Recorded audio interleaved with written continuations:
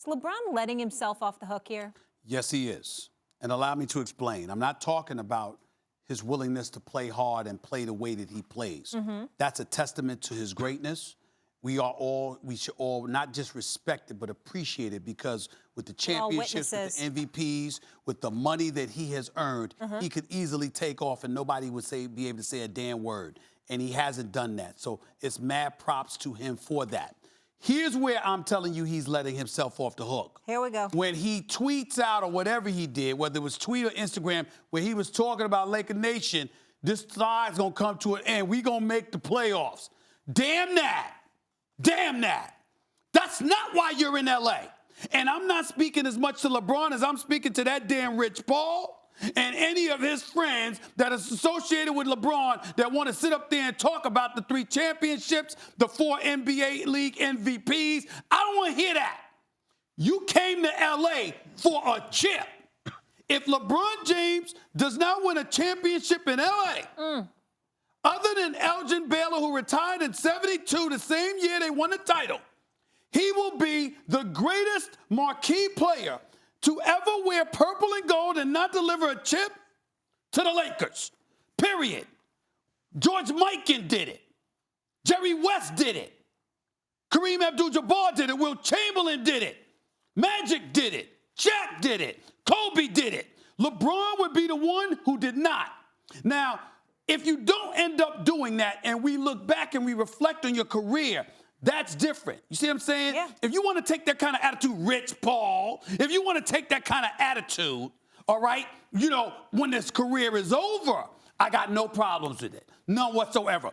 But you can't be playing right now with 3 years left on your deal and you talking about it don't matter what he does. Hell yes, it does.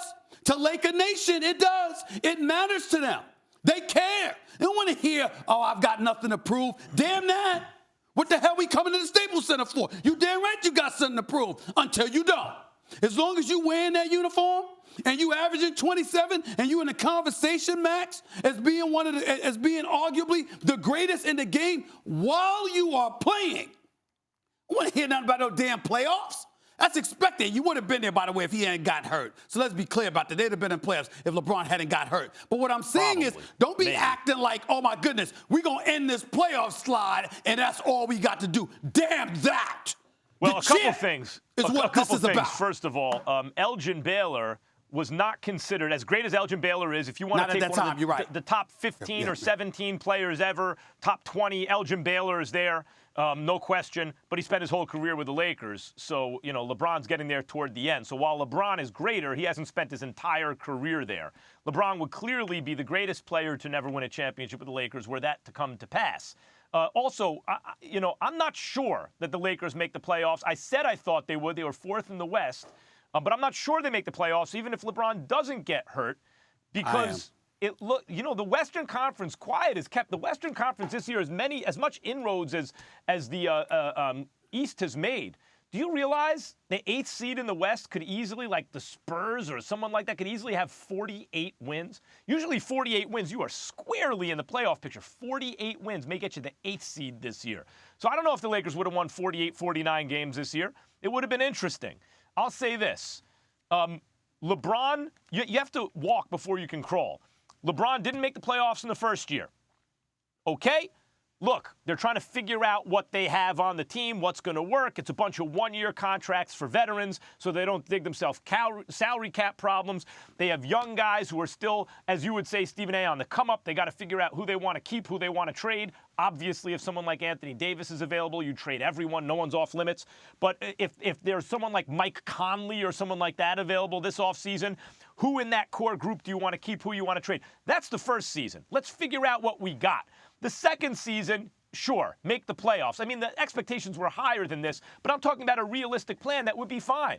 The third season, you got to make the playoffs and win a couple series, right? You got to get there. The point is, he has a 4-year deal with the Lakers. At the end of these 4 years, the expectation by Lakers fans is justifiably that he deliver them a championship. They have the highest standards of any fans in basketball, Lakers fans. They expect you to win at least one championship. But let's not get it bent, Stephen A. That is what is on the table here, winning a championship. This is only year 1 of year 4. Well, now, yeah, go ahead. No, all I'm saying, Max, is because the real subject is about the comment. Where I was going in terms of saying, I'm like, don't talk to Laker Nation like, oh my goodness, we just need to get back to the playoffs. No, dog. No, that's not why they looking at you, LeBron.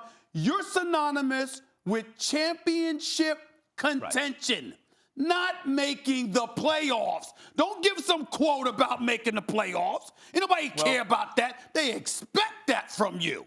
It's the other stuff. But you also got to be there before.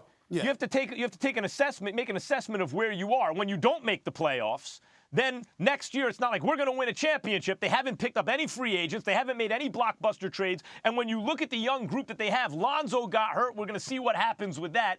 Kyle Kuzma working on his all-around game. The real issue now is Brandon Ingram. I understand it does not appear to be the exact same blood clot issue that retired Chris Bosh.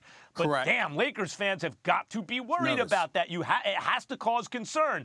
And it also goes to show you how many things there are in the way between a young player with promise and an actual all-star. The Lakers have several young players with promise. They don't have any all-stars not named LeBron James. They must find minimum one other all-star, meaning one of these young guys has to emerge or they got to acquire one by hook or by crook.